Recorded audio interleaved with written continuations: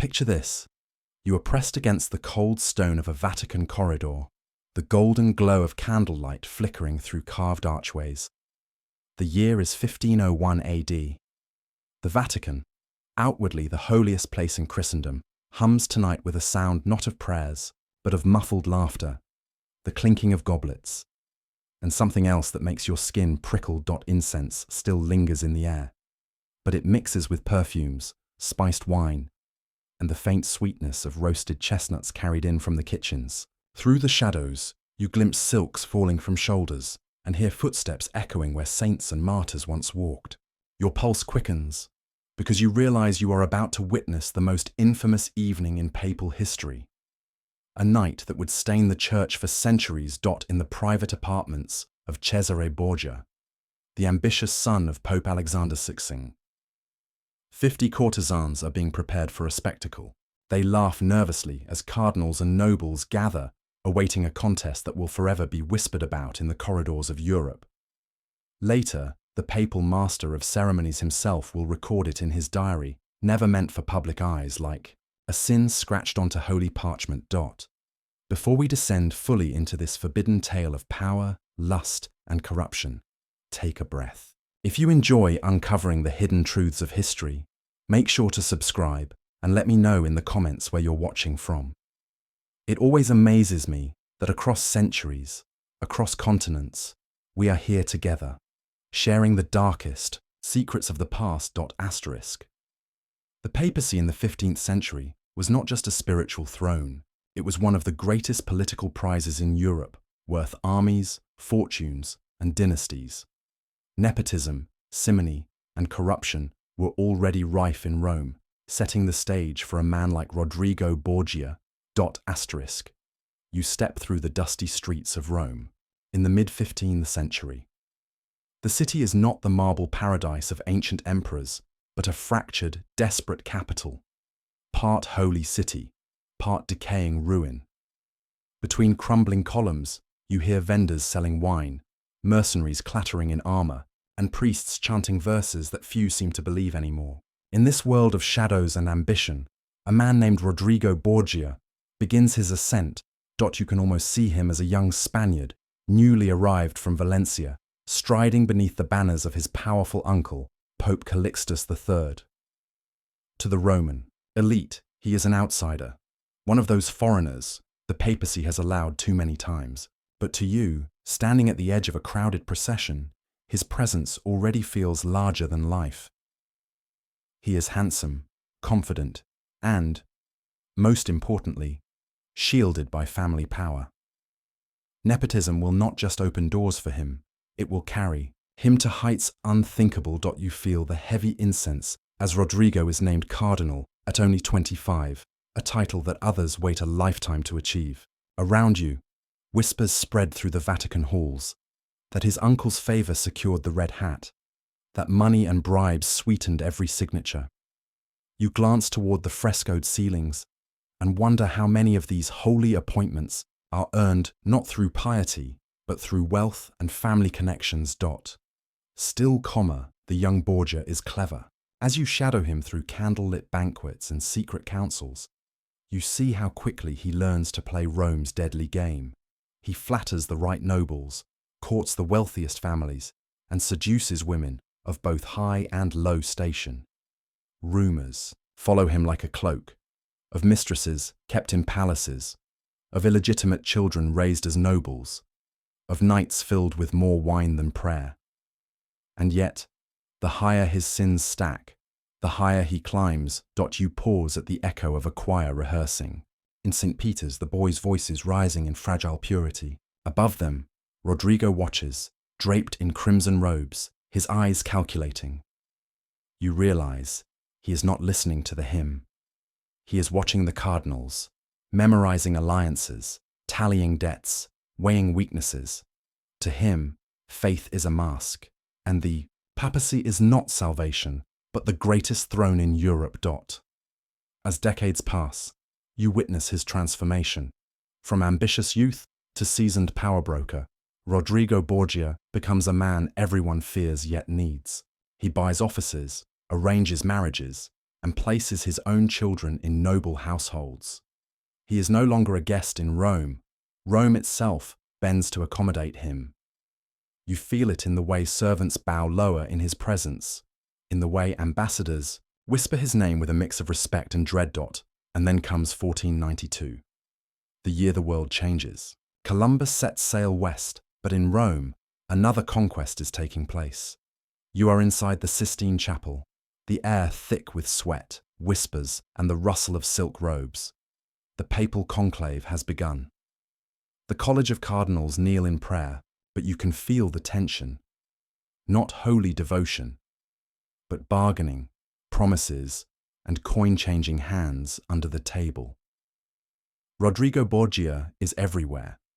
His agents slip through the aisles with bags of florins. His promises reach every ear. He offers castles to some, bishoprics to others. For those who hesitate, there are darker threats. As you crouch behind a column, you can see the moment the tide turns. One by one, ballots fall in his favor. By the final count, it is undeniable. Rodrigo Borgia has bought the papacy. He emerges, not as a humble servant of Christ, but as Pope Alexander VI.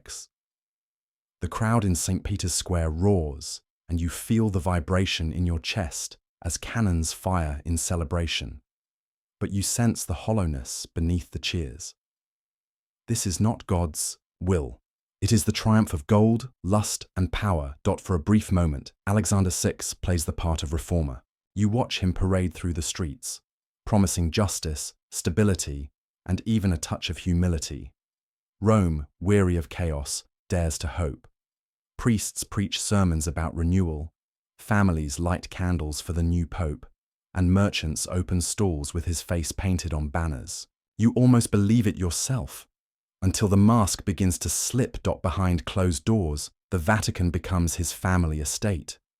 His children, Cesare, Juan, and Lucrezia, are elevated to dizzying heights. You see Cesare, tall and sharp-eyed, exchanging the red robes of a cardinal for a soldier's armor. You hear nobles mutter that he is the true heir of the papacy, not Christ. You watch Lucrezia, delicate and golden-haired, passed from husband to husband like a pawn in a ruthless game of politics. And you cannot shake the sense that you are watching a family, not a church. Rule Rome. Every banquet grows louder, every secret council darker.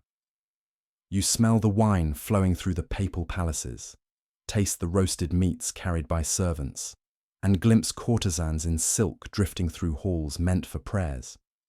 You hear merchants grumble that every office, every bishopric, every scrap of power now carries a price tag. Alexander sells indulgences like a merchant hawking goods at a fair.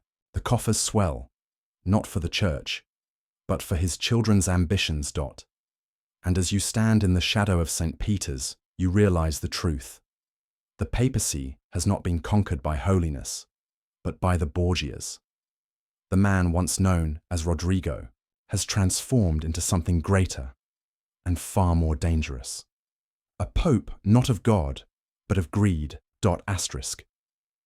In Renaissance Rome, power was not a solitary crown, but a family enterprise. The Borgias treated the papacy as their private kingdom. Marriage alliances, assassinations, and titles were the currency of survival. You stand in the Vatican courtyard in the summer heat of 1493. The bells of St. Peter's echo above you, their sound meant to inspire reverence. But here, among the whispering courtiers and heavily armed guards, you hear a different rhythm. The steady clink of coins, the scratching of quills signing decrees, the muted promises of marriage contracts being negotiated. It feels less like the house of God and more like a sprawling marketplace. You see Pope Alexander VI, robed in white and crimson, moving slowly but confidently across the marble floor. Behind him trail his children, not hidden in shame, but paraded openly. Juan, the favored son, struts like a peacock, his new title of Duke of Gandia barely a day old. His golden cloak catches the sunlight, but his arrogance glitters even brighter. Cesare, still in his cardinal's robes, lingers with narrowed eyes, his jaw tight as if he is calculating how to escape the role of churchman and step into the armor he longs to wear. And then there is Lucrezia, not yet 20, her golden hair carefully arranged, her smile faint and polite, her eyes already marked by the exhaustion of being bartered like coin dot. As you follow them, you feel the city itself bend around the Borgias. The streets outside the Vatican swarm with processions and banquets, banners painted with the papal crest fluttering in the wind. But among the cheering citizens, you catch darker murmurs, whispers of murder, of unnatural closeness between father and daughter, of poison slipped into golden goblets. Everyone seems to know something, yet no one dares to say it aloud in the wrong place. Rome itself has become a stage, and the Borgias are both rulers and villains in its play. That night, you slip into the shadows of a banquet hall where the family gathers. The walls are lined with frescoes of saints and martyrs. They're painted, eyes watching silently as dancers twirl and musicians play. At the center of the long table sits Alexander VI, his hands heavy with rings, raising a cup of ruby wine. He laughs too loudly, praises too lavishly, his voice carrying across the hall. But when his eyes rest on Cesare, there is calculation. When they fall upon Juan, there is indulgence. And when he speaks to Lucrezia, lowering his voice so only she can hear, there is a softness that unsettles you. You overhear nobles murmuring nearby, "The Pope is not a father, he is a king, and his kingdom is his children." The family's ambition stretches beyond Rome. You travel with Cesare in your imagination, riding through the hills of Italy, his cloak snapping behind him. He dreams not of sermons but of battlefields, not of prayers but of fortresses. You hear his voice in the council chamber. The church is not enough. Italy itself must bend to us. He studies the works of Machiavelli, and Machiavelli, in turn, studies him, sketching in secret notes the model of a perfect, ruthless prince. But ambition breeds enemies. You are there on the summer night in 1497, when Juan, the beloved son, disappears. The city is restless, torches flickering along the Tibers, edge as rumors ripple through the streets. Some say jealous nobles ambushed him. Others whisper Cesare himself gave the order, eager to remove his brother from their father's favor. Days later, his body is dragged from the river, bloated, stabbed again and again. The Pope weeps in public, tearing at his robes, but behind closed doors, his grief curdles into fury. He swears vengeance, but the truth of Juan's death will never be spoken aloud. You realize that in the Borgia family, blood ties are fragile. Ambition cuts deeper than kinship. Lucrezia's role is no less chilling. You follow her into candle-lit chambers where emissaries kneel before her, proposing new marriages like chess moves. She is married to a noble, then unwed, then remarried, each time with a new alliance to secure, each time her happiness sacrificed to her father's designs. You see her smile in public, a perfect portrait of obedience, but in private. Her letters reveal weariness, a longing for freedom she will never taste. In her, you see the cost of Borgia ambition most clearly. A woman transformed into a political tool, a pawn who cannot choose her own destiny. By 1500, Rome itself has become a reflection of the Borgia family. Streets are paved not with marble, but with fear. You walk past the corpses of rival nobles dangling from bridges, a warning to others. You hear merchants complain that every contract, every trade, every coin is taxed to fill papal coffers. You see courtiers flatter Alexander, their smiles tight, their eyes watchful, each word measured lest it provoke suspicion. Poison becomes the city's favorite rumor, an invisible dagger slipped into cups of wine at banquets, a silent weapon that leaves no scar but removes an enemy neatly. The name Cantarella, the Borgia's supposed poison of choice, hangs in the air like a ghost dot. In this suffocating atmosphere, you begin to understand the deeper truth. The Vatican is not merely corrupt, it is captured. What should be the beating heart of Christianity is now the private fortress of a single family. The Pope's ring does not bless the faithful. It signs decrees for his children's rise. The wealth of the Church does not feed the poor, It funds Cesare's armies, and the sacred city of Rome, once the center of faith, has become little more than a backdrop for the Borgia's dark theater. You step outside, into the cool night air, trying to clear your head. But the city offers no relief. The taverns hum, with drunken songs mocking the Pope, the markets buzz with gossip, and the air itself tastes of decay. You realize that every stone in this city is stained not only with the blood of martyrs, but with the greed of the living. The Borgias have made their gamble clear: to transform divine authority into dynastic power, to turn Rome into their inheritance. And as you glance once more at the looming silhouette of St. Peter's against the moonlit sky, you cannot help but feel a shiver. For you know that this family's story is far from over, and its darkest chapter still waits to be told. By the late 1490s, the Vatican no longer resembled a holy court. It had become a stage of endless banquets, music, and fleshly indulgence, where spiritual authority was pawned for earthly pleasure. You step through the bronze doors of the apostolic palace, expecting silence, perhaps the murmur of prayers echoing off marble walls. Instead, a wave of sound strikes you: laughter, the strum of lutes, the clatter of silver goblets spilling red wine across embroidered tablecloths. Incense lingers faintly, but its holy fragrance is drowned beneath perfumes, roasted meats, and the thick musk of too many bodies pressed together in rooms meant for solemn liturgy. It is here, in the very seat of the Catholic Church, that you see Pope Alexander VI hosting feasts that rival the wildest banquets of pagan emperors. Long tables sag beneath platters of venison, gilded sugar sculptures, and fountains of wine. Courtesans weave among cardinals in crimson robes, their laughter tinkling like bells as they lean close, whispering words not found in any scripture.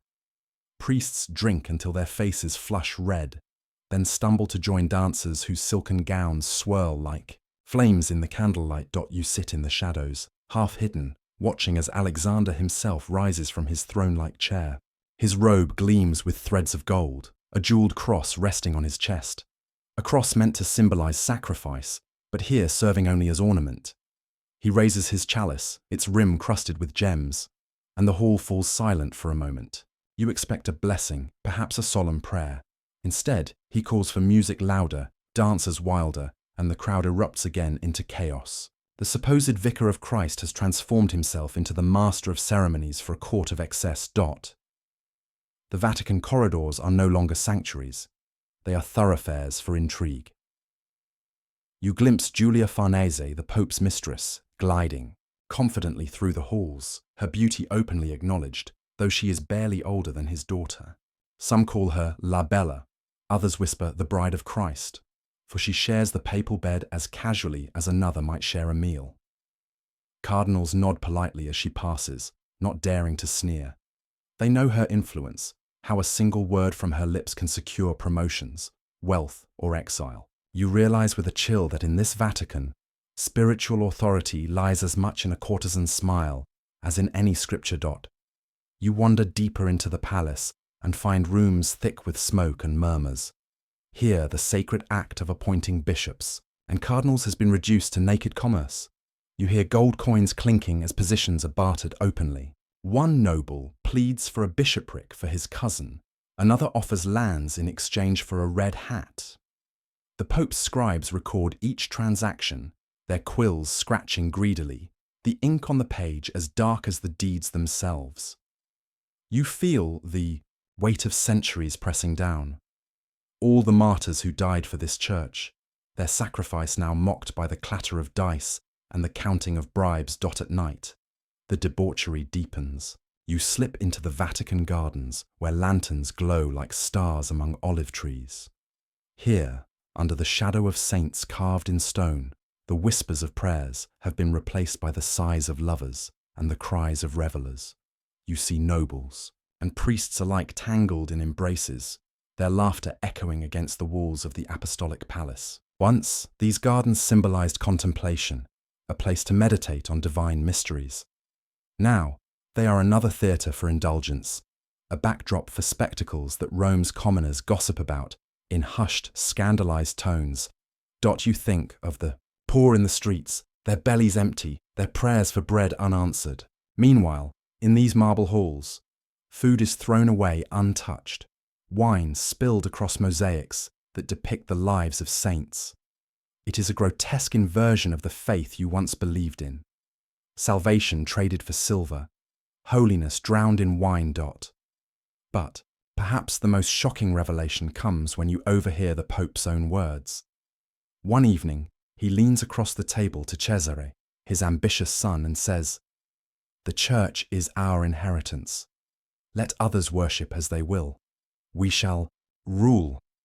You freeze, realizing that in this Vatican, Christ himself has been dethroned. The cross is no longer a symbol of faith, but a weapon. A banner under which the Borgias wage their war for power. The city knows. Rome whispers. In taverns, men laugh bitterly. We thought the Church would save our souls, but it only fattens its belly. In brothels, women gossip about which cardinal paid the most, which banquet was the wildest, which holy man collapsed drunk in a stranger's bed. The reputation of the papacy spreads across Europe like wildfire, shocking ambassadors and fueling reformers who cry that the end of days must be near. You walk away from yet another Vatican feast, your ears ringing with drunken laughter, your hands sticky from spilled wine. Above you, the frescoed ceilings depict angels gazing down in eternal sorrow, their painted wings unfurling as though they wish to flee. And you realize you too wish to flee, for to remain here, to witness this carnival masquerading as the Church, is to risk losing your own faith entirely. This is no longer the house of God. It is a palace of decadence, a temple to human appetite. And as the echoes of music fade into the night, you cannot help but wonder how long Rome and Christendom itself can bear the weight of such corruption before it collapses. On the night of October 30th, 1501, whispers spread across Rome like sparks on dry straw. Inside the Vatican apartments of Cesare Borgia, son of Pope Alexander VI, a feast was being prepared that would forever stain the papacy's reputation. You push open the heavy wooden doors, half expecting the solemn quiet of Vatican halls. Instead, a wave of heat, music, and laughter engulfs you. Candlelight flickers against frescoes of saints, but the holy figures seem powerless here, reduced to mute witnesses of blasphemy. Before you stretches a hall transformed into a stage of excess, long tables piled with roasted meats, gilded cups brimming with wine, and silk cushions scattered across marble floors as though for some pagan festival. You move deeper into the room, your heart pounding. The guests are not humble pilgrims, but the most powerful men of Christendom. Cardinals draped in scarlet robes recline beside courtesans in shimmering gowns. Diplomats from foreign courts raise goblets in mock toasts, their jeweled fingers sticky with grease from feasting. And at the head of it all sits Cesare Borgia, his dark eyes gleaming, his armor traded for embroidered velvet, the air of a general now replaced with that of a master of ceremonies. By his side, Giulia Farnese leans close to the Pope himself, her beauty glowing under the golden light, her laughter ringing like bells above the cacophony. The music rises. Lutes strum, drums pound, and singers chant verses that blend half-liturgical Latin with vulgar street rhymes. You can scarcely believe this is the Vatican, the heart of Christendom, transformed tonight into a theatre where sacred walls contain nothing but sacrilege. And then it begins. At first, it seems like a game. Servants carry in baskets, not of bread or fruit, but filled with chestnuts. They scatter them across the polished floor as though sowing seeds in a field. Courtesans laugh, their voices high and sharp, as they drop to their knees, crawling on all fours to collect the nuts. The sight makes the guests roar with approval, their applause echoing like thunder in the vaulted chamber. You watch as the women scramble, gowns slipping from their shoulders, hair tumbling loose. The sacred ground of the papal apartments reduced to a playground for humiliation. The The Pope does not avert his eyes. Instead, he leans forward, a smile playing at his lips. Alexander VI, successor to St. Peter, guardian of the keys of heaven, watches with delight as the spectacle unfolds before him. You feel your stomach twist. The man entrusted with the souls of millions is entertained tonight, not by prayer, but by debasement. The games grow darker. Prizes are offered. Jeweled rings, golden chains, even bishoprics for the most skilled men who participate in what follows. The air thickens with sweat and perfume, the laughter growing hoarse, the music frenzied. You turn your face away, ashamed, yet the sounds still reach you. Gasps, cheers, and the hollow clatter of chestnuts against marble. You recall the words of chronicler Johann Burchard, the master of ceremonies, who would one day record this night in his diary. He would write not as a moralizer, but as a witness, noting how 50 courtesans competed, how the Pope himself distributed rewards, how cardinals, men meant to embody chastity, became competitors in this grotesque contest. And yet, even in the debauchery, there is calculation. You see Cesare scanning the crowd, his sharp gaze measuring every nobleman, every diplomat, every clergyman. Tonight's revelry is more than pleasure. It is politics. Participation is loyalty. Silence is complicity, and those who join the game are bound by shame as tightly as by oath. You realize with a chill that this banquet is not merely scandalous. It is a trap, a net woven of desire and disgrace to ensure obedience. As the night deepens, the air grows suffocating. Wax drips from candelabras, pooling like molten gold. Musicians play until their fingers bleed, yet the crowd howls for more. Outside, Rome slumbers, its people unaware that within these holy walls, the shepherd of their souls presides over a carnival that mocks their faith. You think of the reformer Savonarola, who only a few years before thundered in Florence about the corruption of the church, warning that the papacy was drowning in vice. His words seemed exaggerated then. Tonight, as you watch the Pope laugh amidst a sea of debauchery, you realize Savonarola was not exaggerating at all. He was prophesying. The chestnuts roll across the floor, some crushed beneath sandals, others glistening in candlelight. They will be remembered far longer than the prayers said in these chambers, longer than the sermons preached at St. Peter's. This night, the banquet of chestnuts will become legend, whispered by diplomats, denounced by reformers, immortalized, as proof that the papacy of Alexander VI was the nadir of Christendom. You step back into the shadows, heart heavy. You have seen enough. The Vatican has become Babylon, its holiness eclipsed by lust, its authority poisoned by greed. And as dawn creeps into the sky outside, you realize that what you witnessed tonight will echo for centuries, feeding the flames of a reformation that will shatter the unity of the church. This was no mere feast. It was the scandal that proved a pope could be less a shepherd than a wolf, feeding not his flock, but his own ravenous hunger. By dawn of November 1st, 1501, rumors were already seeping beyond the Vatican walls. Rome, a city that thrived on gossip, carried tales faster than any courier. Within weeks, whispers of the chestnut banquet reached the courts of Europe. You awake the morning after, stepping into the streets of Rome, where vendors shout about bread prices and children chase stray dogs through alleys. Yet behind every casual greeting, there is an undercurrent of murmurs. People lower their voices when speaking of last night, as though the walls themselves might accuse them of blasphemy. You hear it first in the marketplace. Did you know? In the Vatican, the Pope himself. A woman covers her mouth, as though the very syllables might damn her soul. Another leans closer, eager for details, half repulsed and half thrilled. Already, the event has escaped the confines of secrecy. Rome breathes scandal like oxygen, and this feast is too grotesque to remain hidden. By mid-morning, the tale has grown wings.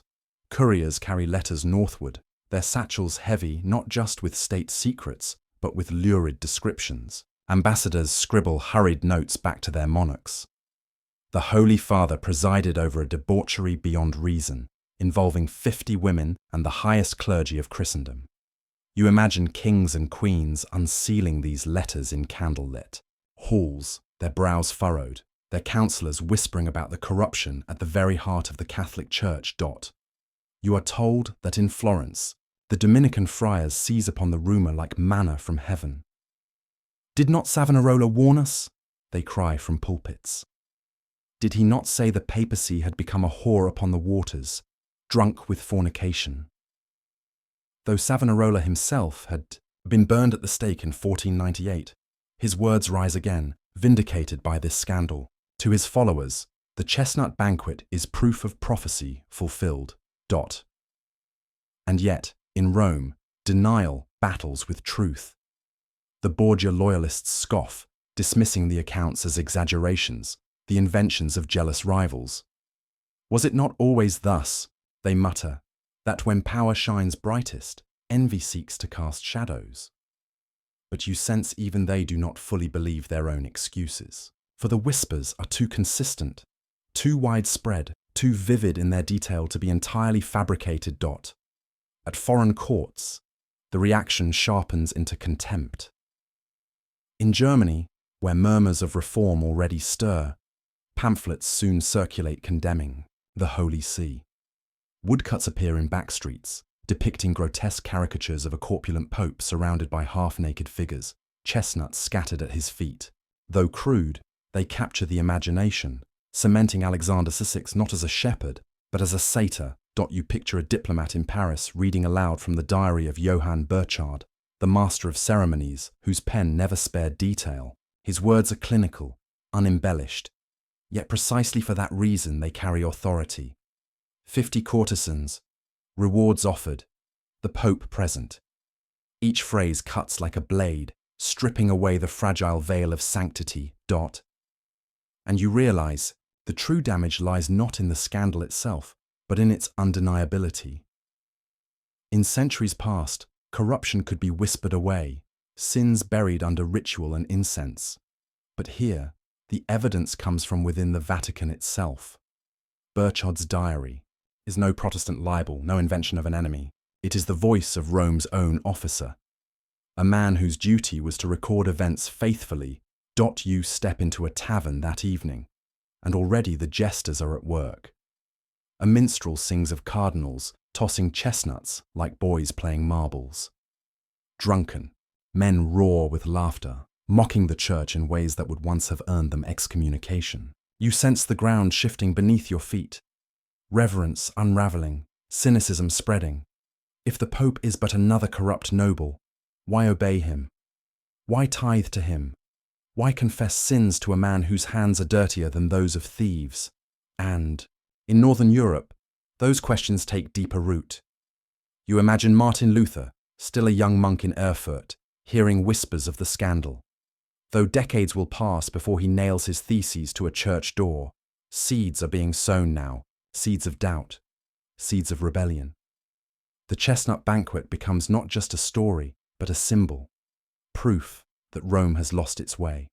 Meanwhile, within the Vatican, Alexander VI does not repent. Reports say he laughs at the outrage, dismisses the scandal as the jealousy of lesser men. His son, Cesare, shrugs, too busy with his military campaigns to care. To the Borgias, reputation is a tool, not a burden. But you feel the tremors. The laughter cannot silence the echo of disgust reverberating through Christendom. As weeks pass, ambassadors write again. Our people are troubled. They ask how Christ's vicar can live as a pagan. They ask why the tithes they send to Rome buy not prayers but prostitutes. These are not idle questions. They are the first cracks in a dam that will soon break. You step once more into St. Peter's Square, the basilica looming above. Pilgrims kneel, their lips moving in prayer. But you notice the way they glance at each other, unease flickering in their eyes. Faith endures, but trust in its shepherd weakens. The chestnuts of one night have planted doubt that may never be, uprooted. And you realize, as you turn away, that history will not remember the laughter of that evening, nor the excuses of Borgia loyalists. It will remember the whispers, the rumors, the woodcuts, the sermons. It will remember the shock that spread like fire through Christendom. The scandal was not confined to one night in October 1501. It became immortal, the beginning of a long unraveling of papal authority. The Vatican had staged a feast. Europe saw a funeral, the slow death of unquestioned obedience to Rome. After the chestnut scandal echoed through Europe, you might expect the Borgias to retreat into silence. Instead, they doubled down, weaving politics and family ties into a net that ensnared half of Italy. You stand in the shadow of the Vatican's marble corridors, where incense mingles with the stink of ambition. To outsiders, Rome appears timeless. Holy processions, chanting monks, the gilded altars of St. Peter's. But as you listen closely, you hear the quieter music beneath, the shuffle of couriers delivering bribes, the whispers of marriage contracts, negotiated like trade deals, the creak of daggers unsheathed in the dark. This is not the Rome of saints. This is the Rome of the Borgias. You notice first the Pope's children, walking not as offspring of a holy man, but as princes and pawns on a chessboard. Cesare Borgia, once a cardinal, has cast aside his scarlet robes for armor. His jaw is set. Like stone, his eyes gleam with the cold brilliance of strategy. By your side, an old courtier mutters, "That one is no priest. He is Caesar reborn." And indeed, Cesare strides not as a shepherd of souls, but as a conqueror of lands. You follow him into the council chamber, where maps of Italy sprawl across tables. Cesare places his finger on Romagna, on Forlì, on Imola. "These will belong to us," he says, and scribes hurriedly note his claim. Behind him, Pope Alexander VI nods approvingly. You realize this is not merely a father's indulgence, it is papal policy. The Vatican's gold, its indulgences, even its sacred offices, are being auctioned not for the glory of God, but to fund Cesare's armies. Turn your eyes now to Lucrezia, the Pope's daughter. She enters the room with a grace that belies the weight she carries. To the world, she is beauty incarnate, golden-haired, soft-spoken. But you soon learn she is less a woman than a contract written in flesh. Her marriages are not her own, but her father's weapons. First to Giovanni Sforza of Milan, then annulled when the alliance proved useless. Then to Alfonso of Aragon, whose neck was nearly snapped by assassins when his loyalty wavered. Each time, Lucrezia smiles serenely, as though nothing has happened. Yet you glimpse in her eyes a flicker of pain, the quiet knowledge that she is a bridge built of bone and blood for the ambitions of men. You overhear whispers in the papal apartments. They say her father adores her too much. They say Cesare is too protective. They say... The rumors trail off, unspeakable in polite company. Whether truth or malice, you sense the power of gossip. In Renaissance Rome, whispers can be as deadly as daggers. Meanwhile, Cesare's rise terrifies Italy. The Orsini and Colonna families, ancient pillars of Roman nobility, see their lands swallowed piece by piece. Ambassadors from Florence, Venice, and Naples write frantic letters back home, describing Cesare's ruthlessness. He smiles as he cuts throats, one Venetian reports. And indeed, you picture him standing over a banquet table, wine in hand, while an enemy's body is dragged from the hall. To Cesare, diplomacy and assassination are two sides of the same coin. But the Borgias are not satisfied with brute force alone. They weave webs through marriage alliances. You sit at a feast in the Vatican and watch envoys toast Lucrezia's new union. Each glass of wine hides a treaty. Each kiss upon her hand seals a pact between kingdoms. Yet just as quickly, these unions unravel when the family's needs change.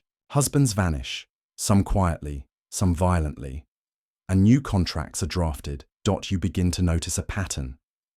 The Pope sells positions in the church to the highest bidder, then siphons the wealth to Cesare's wars. Cardinals are appointed, not for piety, but for loyalty. Monasteries become banks, their prayers drowned by the clink of coin. Even the very keys of St. Peter's, symbol of eternal salvation, seem now to unlock not heaven, but treasure chest. And still, the people whisper. In taverns, you hear them say, "The church belongs to the Borgias now, Rome is their kingdom, not Christ's." Some mutter of prophecies, that a Spanish pope will bring ruin, that corruption will drown the eternal city. Yet no one dares rebel openly.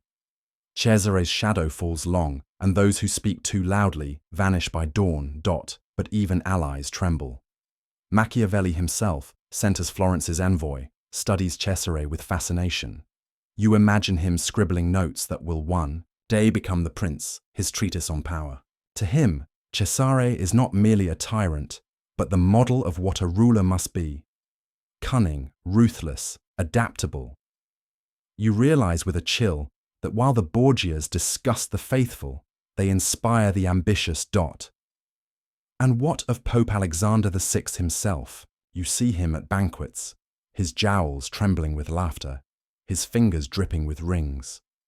He blesses nobles with one hand and signs assassination orders with the other. When questioned, he waves away concerns. Does not David himself say, "The Lord is my strength and my shield"? And am I not shielding my children? In his twisted logic, fatherhood justifies sacrilege. Still, the world watches. Letters from Spain describe the Pope's excesses with shame. Germany seethes at the thought that their tithes fuel orgies and wars. France hesitates, torn between alliance and disgust. Slowly, you perceive a shift. The Borgias have power, yes, but they have lost the aura of holiness. Their authority is naked force, nothing more. And force, history whispers, is never eternal. You walk again through Rome at night. The streets are quieter now, but the walls seem alive with secrets. Every palace has its story, every family its feud. And at the heart of it all, the Borgias feast and scheme, believing themselves untouchable. Yet as you pass the Vatican gates, you wonder, how long can a dynasty survive when even its allies loathe it? When its very name is spoken as a curse? Because in the end, what you see is not a family, but a fortress built of lies, lust, and blood. Strong for now, yes, but every fortress falls. By the turn of the 16th century, the Vatican was no longer just a palace of prayer. It had become Rome's most decadent theatre, where politics blended with masquerades, and the Pope's seal was as common as a tavern's wax stamp. You find yourself climbing the worn marble steps of the Apostolic Palace. But tonight, they do not lead to solemn councils or whispered confessions. Instead, the air carries music, viols, flutes, and the deep resonance of drums echoing through halls once reserved for scripture. Servants scurry past you, balancing golden trays of wine, their eyes downcast, for they know what unfolds within. These chambers is no longer holy. As you push open a gilded door, you are swallowed by light and laughter. The frescoed ceilings of the Vatican, painted with saints and martyrs, seem almost embarrassed by the scene below. Cardinals recline in velvet chairs, their scarlet robes discarded for silken tunics, their jeweled rings glinting as they lift goblets of Spanish wine. Courtesans, their gowns slashed to reveal more than they conceal, dance between the tables, their laughter rising above the music. You realize quickly that this is not an exception, not a secret gathering. It is the new rhythm of papal Rome. Every night, banquets are staged not as feasts of gratitude, but as demonstrations of power and indulgence. The Pope himself enters, waddling on soft slippers, his face flushed, his hand grasping a goblet before he even greets the room. "To Rome," he bellows, "to Christ's chosen city."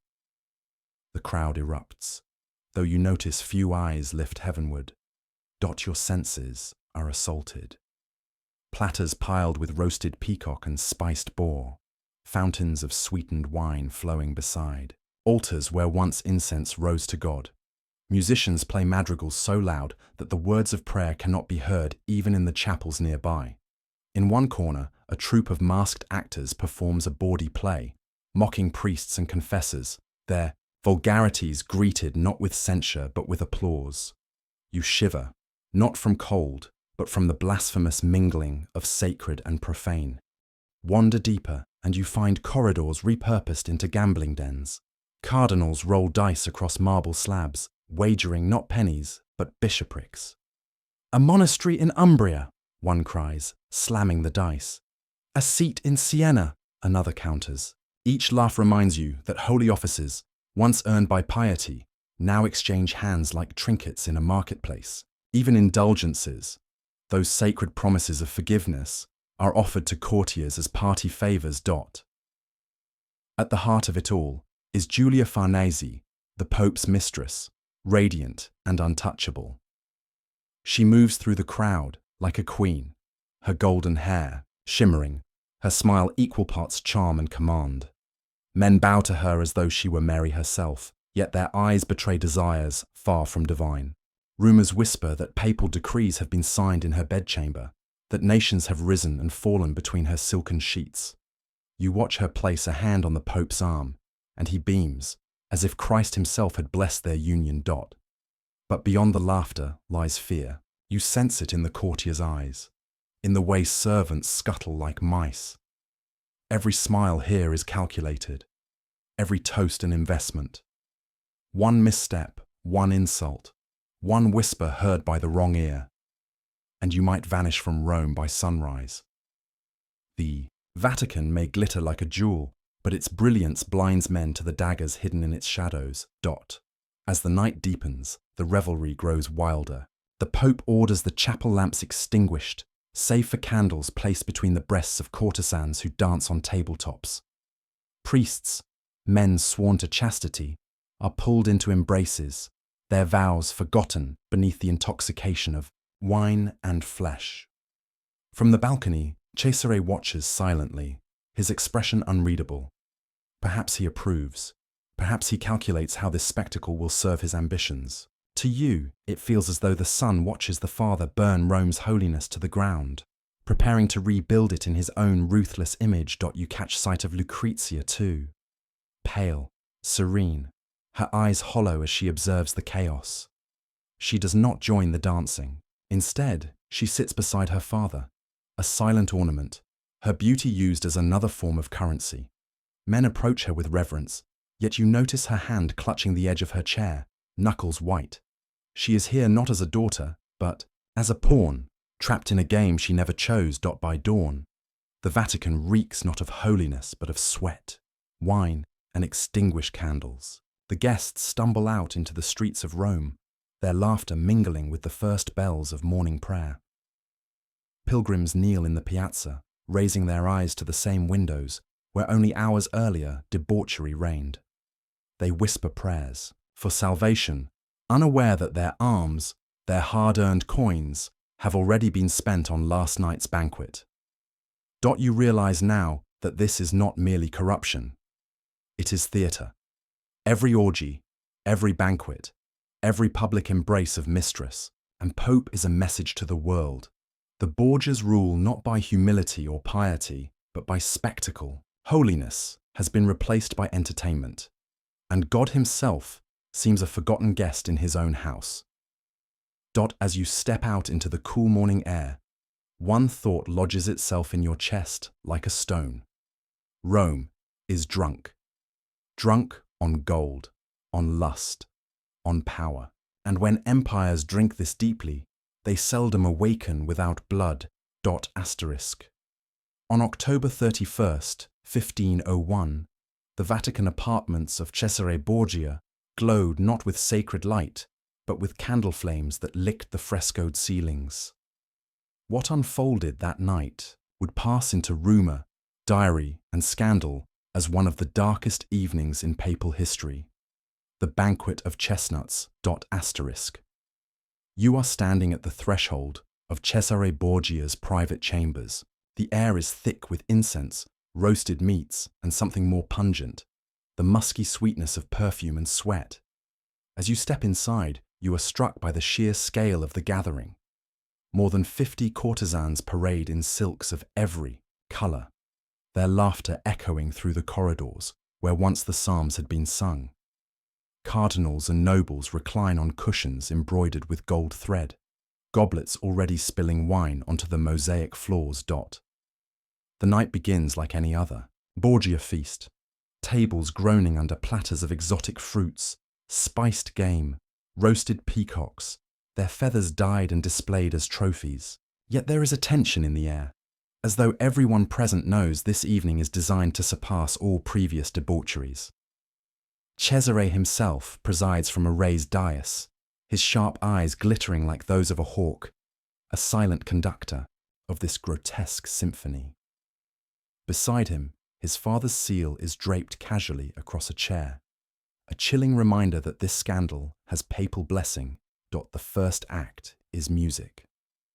Lutes, viols, and pipes fill the chamber with melodies, but the musicians' hands tremble, for they know what follows. Courtesans drift into the crowd, their movements rehearsed, yet pretending to be spontaneous. One approaches you, her perfume overwhelming, her voice honeyed as she asks if you wish to play. You decline, and she moves on, her laughter rising into the rafters. Then Cesare claps his hands. Servants appear carrying baskets, not of bread, not of sacramental loaves, but of chestnuts roasted until their shells crackle. They pour them onto the marble floor, scattering like coins across the room.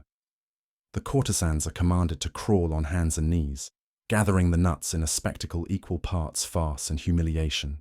You watch as they scramble beneath tables, gowns slipping, their hair sweeping the floor, while cardinals roar with laughter.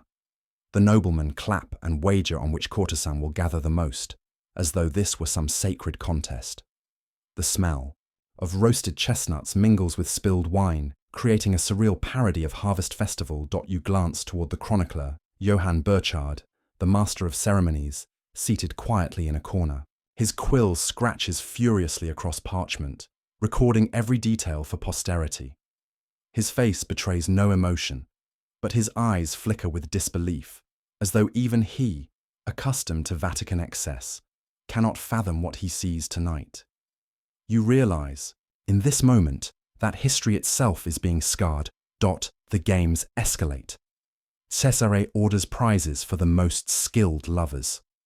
Courtesans, encouraged by the nobles, submit to contests of passion, judged not by tenderness, but by numbers.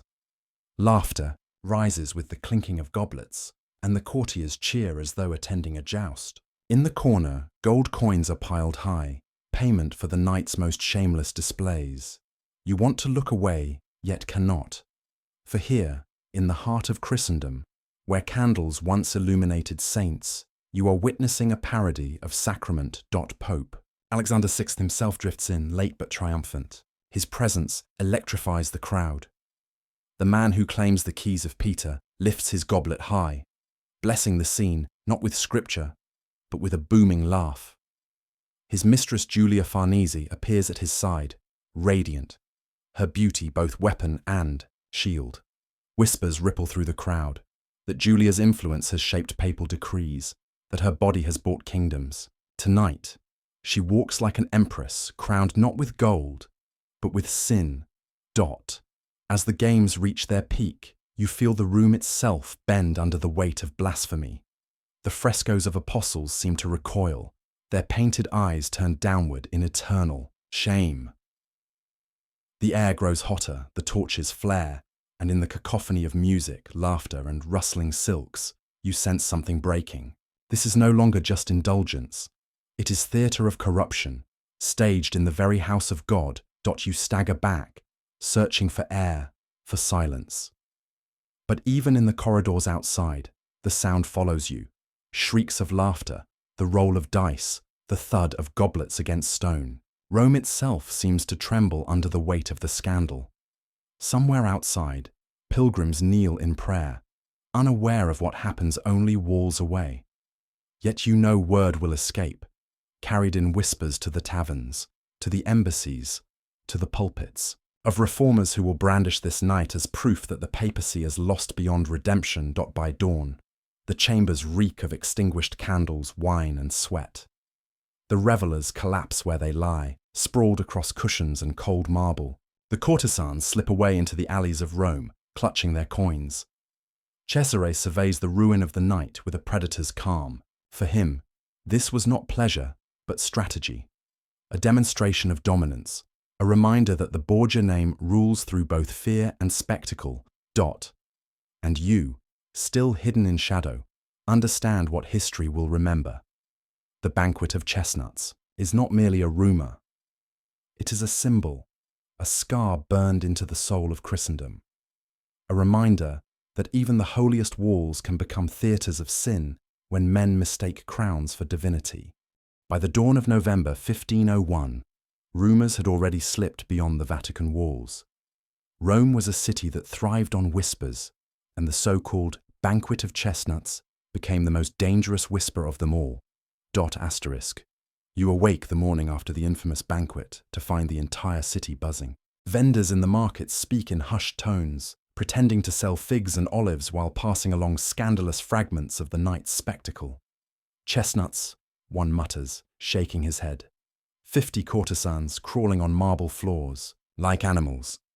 His customer pretends outrage, then leans closer, eager for more detail. The story spreads as fast as wildfire, crossing taverns, kitchens, and noble halls until the whole of Rome seems to chant a single word: Borgia. But this was no ordinary gossip. Rome was the beating heart of Christendom.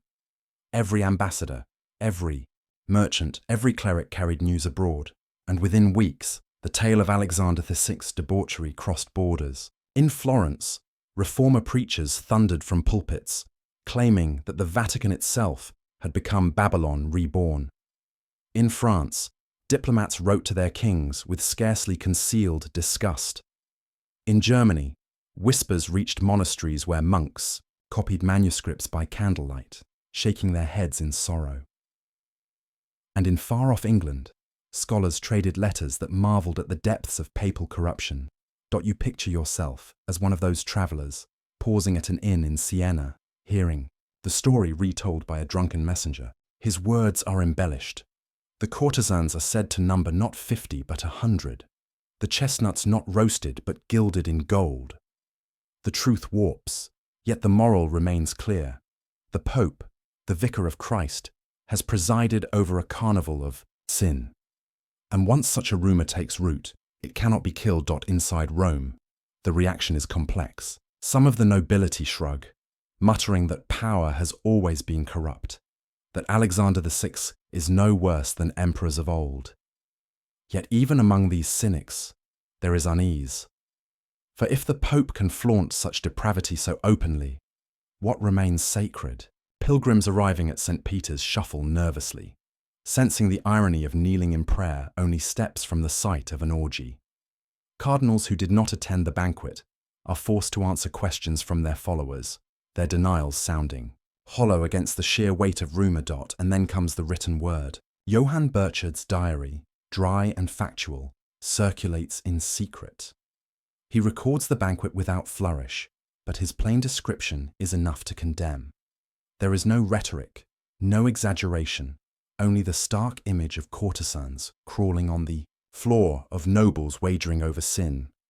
Historians will later debate whether Burchard exaggerated, whether the story grew in the telling, but you understand that the perception alone is damning. The truth matters less than the stain on the papacy's reputation. The banquet of chestnuts becomes a weapon. Preachers like Savonarola, already railing against Rome's corruption, point to it as proof of divine wrath.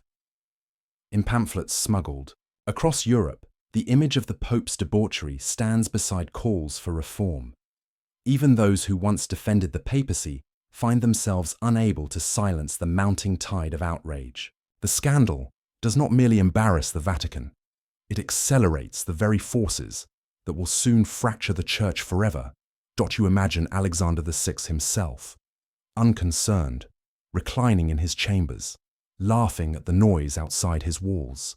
To him, power is not measured in whispers, but in armies, in gold, in alliances sealed with marriage and blood. He dismisses the scandal as irrelevant, a minor inconvenience in his quest to secure his family's dominion.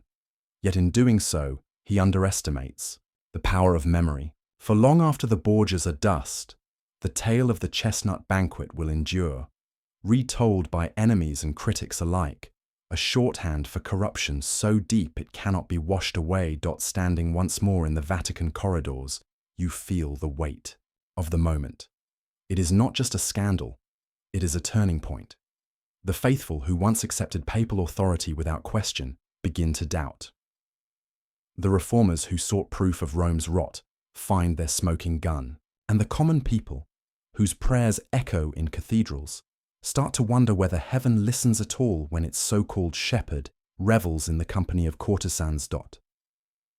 By the close of 1501, the Vatican still gleams with gold, the Pope still commands, armies and the Borgias still dine in luxury, but beneath the glitter, a crack has spread across the foundation of Christendom, and you, who witnessed the banquet, know that the world will never forget what happened among the chestnuts that night. By 1503, the reign of Alexander VI was nearing its end.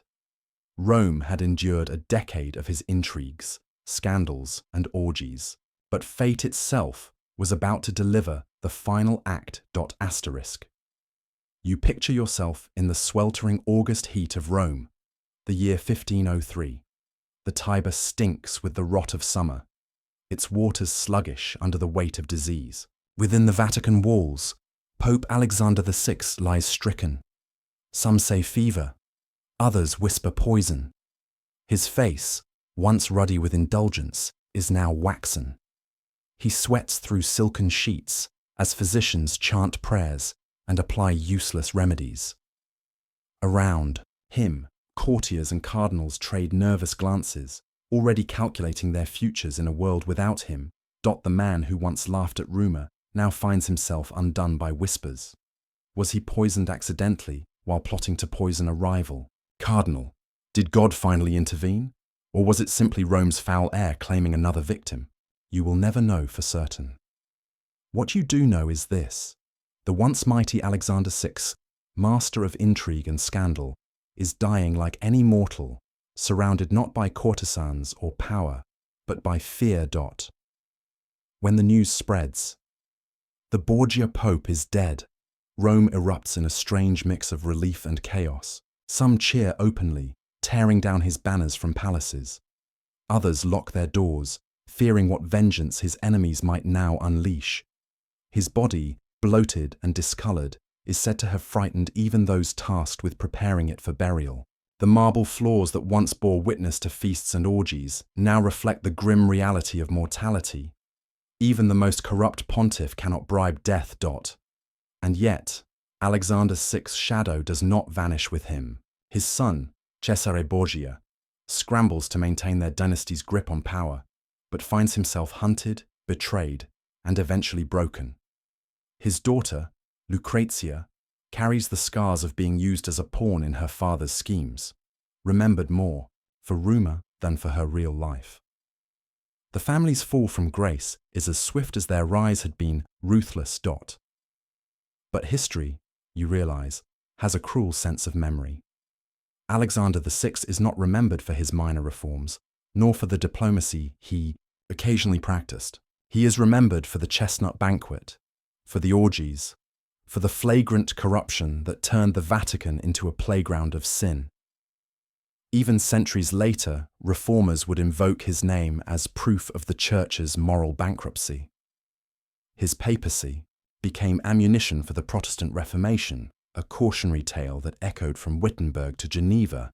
You step back in time's corridor and watch historians gather around his legacy. Some argue that the scandals were exaggerated, that enemies of the Borgias painted him blacker than truth required. Others insist the records are damning enough, that his actions symbolized a system so rotten it was destined to collapse. Whichever side you choose, the result is the same. Alexander VI stands as one of the most infamous popes in history, a man whose reign blurred the line between sacred office and earthly vice. Picture again the chestnut banquet, the flickering light, the crawling courtesans. Whether embellished or not, the image remains carved into memory because it represents something larger than one night of sin. It represents how absolute power, cloaked in religious authority, can descend into absolute corruption. It is not simply the story of one man, but of an institution pushed to its breaking point. And so, centuries later, when visitors walk through the Vatican, guided past frescoes and altars, some still whisper his name. Not in reverence, not in prayer, but in disgust. Alexander VI, the Pope who turned the keys of heaven into a ticket to his family's banquet hall. The Pope, whose death did not cleanse the Church, but exposed the need for change. In the silence that follows, you feel both the weight of judgment and the irony of history. For Alexander VI sought immortality through power, through dynasty, through indulgence. In the end, he achieved it, not as a saint or reformer, but as the eternal warning of what happens when the shepherd of souls becomes the wolf himself.